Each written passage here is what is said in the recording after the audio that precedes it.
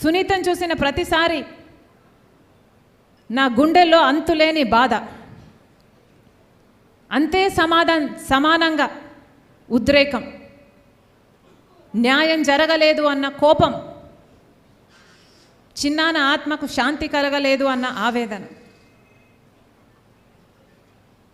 అందుకే సునీతకు మాటిస్తున్నా, చిన్నమ్మకు మాటిస్తున్నా, ఎవరు నిలబడినా నిలబడకపోయినా రాజశేఖర్ రెడ్డి బిడ్డ మీకు అండగా ఉంది.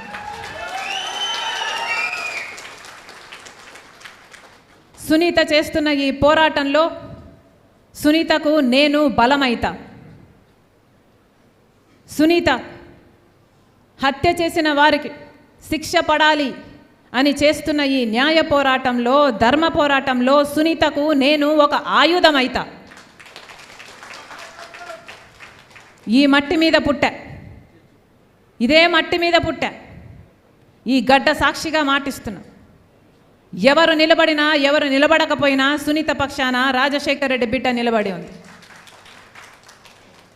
ఇది రాజకీయాల కోసం చేస్తున్నది కాదు, అధికారం కోసం చేస్తున్నది కాదు, వారసత్వం కోసం చేస్తున్నది కాదు, ఆస్తి కోసం చేస్తున్నది అంతకంటే కాదు. ఇది ఈ సమరం చేస్తున్నది న్యాయం కోసం. తండ్రి చావు కోసం కొట్లాడుతున్న, న్యాయం జరగాలి అని కొట్లాడుతున్న ఒక బిడ్డ కోసం, భర్తను క్రూరాతి క్రూరంగా కోల్పోయిన ఒక విధవరాలి కోసం,